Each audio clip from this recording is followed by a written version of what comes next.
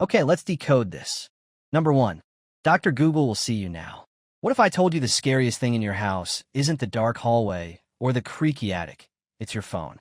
Specifically, your browser history at 2 a.m.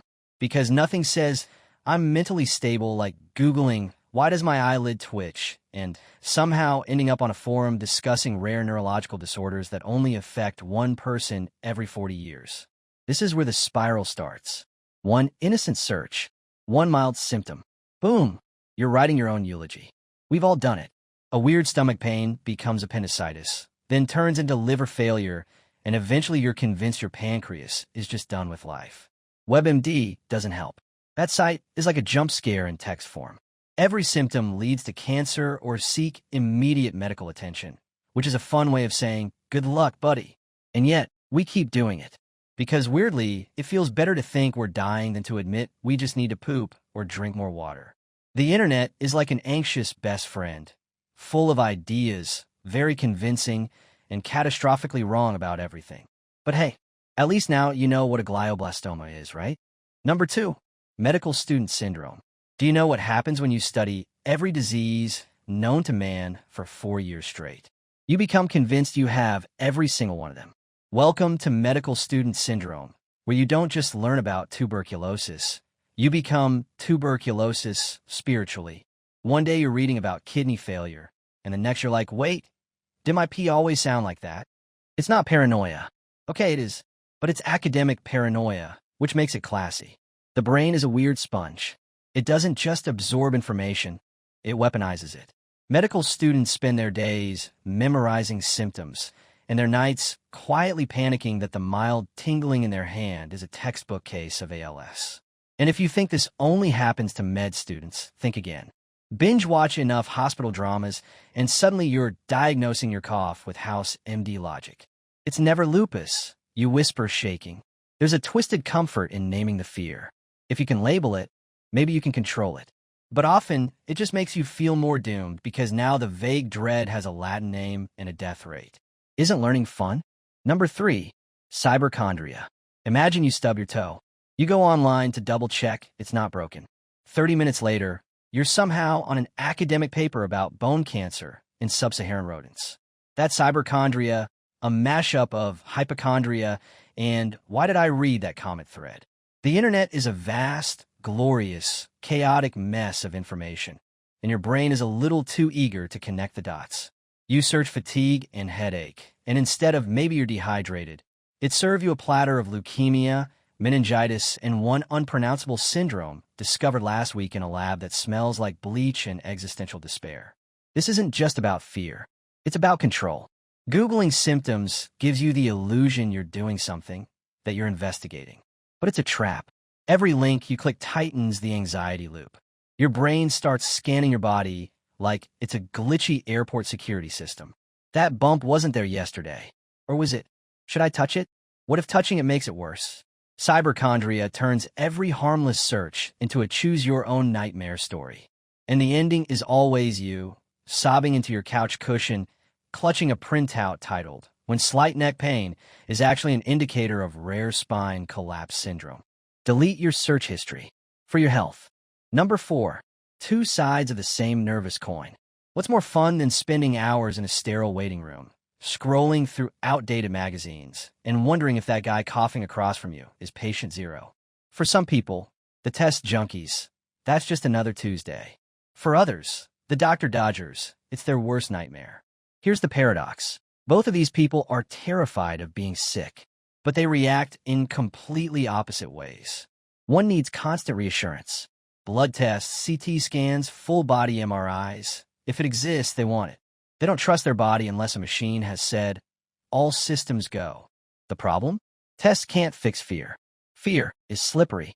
It finds a new symptom, a new what if, a new rabbit hole. And then there's the avoider. The person who hasn't seen a doctor since Y2K. They're so scared of being told something's wrong that they'd rather not know. If I don't get tested, it's not real. Honestly, it's denial with a sprinkle of magical thinking. But hey, ignorance is bliss, right? Until it's not. These two might seem like opposites, but they're twins under the skin. Both are controlled by fear. Both live in the shadow of maybe. and both are exhausted. Because it's hard to live when you're constantly auditioning for the role of the dying main character in the movie of your own life. Number 5, ancient bug panic. Picture this. You're 6 feet tall, semi-rational adult, and you just saw a house spider the size of a lentil. Now you're on the ceiling considering arson. Welcome to entomophobia. Okay, I respect nature, but only from across the galaxy. It's hilarious if you think about it. You're a complex, evolved organism with taxes and a phone bill, and a bug with no career prospects just destroyed your whole afternoon. But this fear didn't come from nowhere. Your ancestors weren't swatting at bugs for fun. A mosquito bite back then could mean malaria. A spider in your sleeping mat might have been a one-way ticket to Infection Town. The fear worked. It kept you alive. Now, you scream when a moth flutters near your laptop. Evolution is drunk. Some people trace it back to childhood. A bee sting that hurt way too much. A parent who overreacted to every flying insect. Your brain learned, this equals danger. And then it installed that fear like a software update you didn't ask for. Movies haven't helped either. Giant killer ants, mutant cockroaches. Hollywood has trained us to expect insects to unionize and overthrow us at any moment. But here's the kicker. In most cases, the bug is not even interested in you. It's just living its tiny bug life. Meanwhile, you're making evacuation plans like it's Jurassic Park in your kitchen.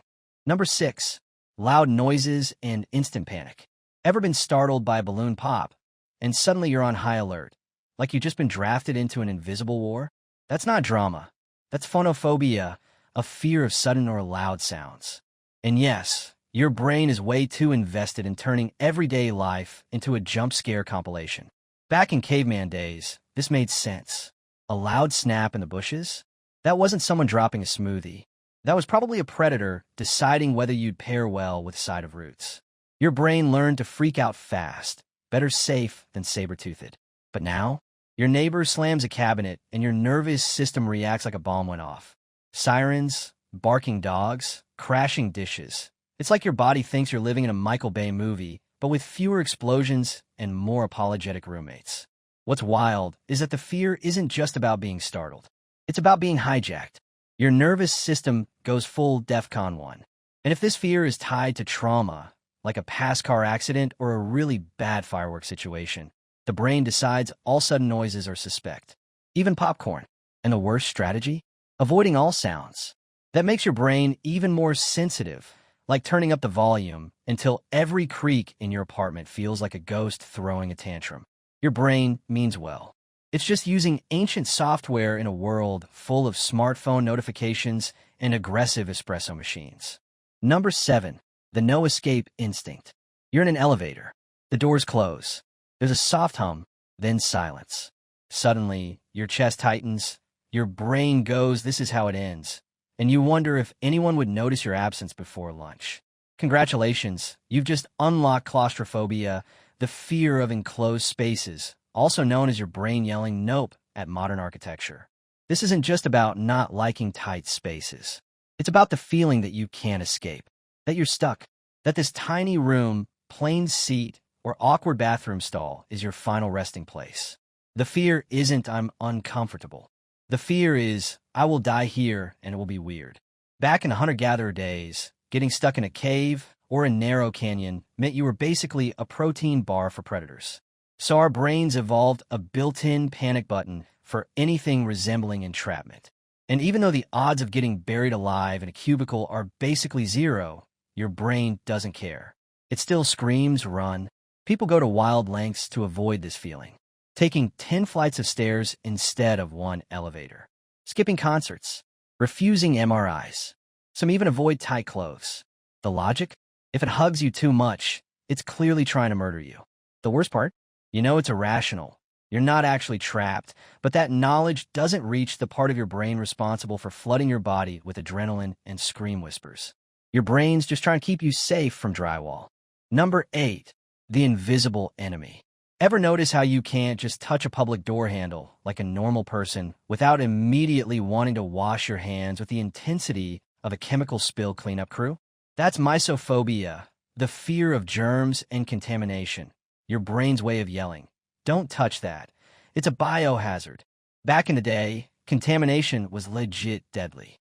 Drinking from a muddy stream or eating questionable berries could end you faster than a saber-toothed tiger. So your brain evolved this ultra-sensitive alarm system to keep you away from invisible threats. It was a genius survival hack. Fast forward to now, and that same system is stuck on high alert about everything from shopping cart handles to subway poles. For people with mysophobia, everyday life is a minefield. They might wash their hands until their skin bleeds, avoid public restrooms like they're plague pits, or carry enough sanitizer to outfit a small hospital. This fear isn't just hygiene preference. It can completely hijack lives. It often comes bundled with obsessive-compulsive behaviors, where rituals like triple hand-washing provide momentary relief but trap you in a cycle of anxiety. Your brain's alarm system doesn't understand modern medicine or soap. It just knows germs equals death and won't shut up.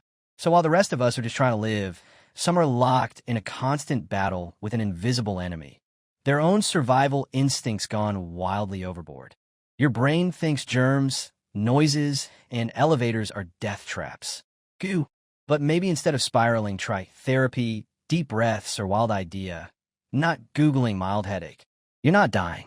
You're just a 21st century human with a Stone Age alarm system. All right, that's the real talk for today. What were your biggest takeaways? Let me know in the comments below. If you dug this video, a like would be awesome, and subscribe so you don't miss the next deep dive. See you then.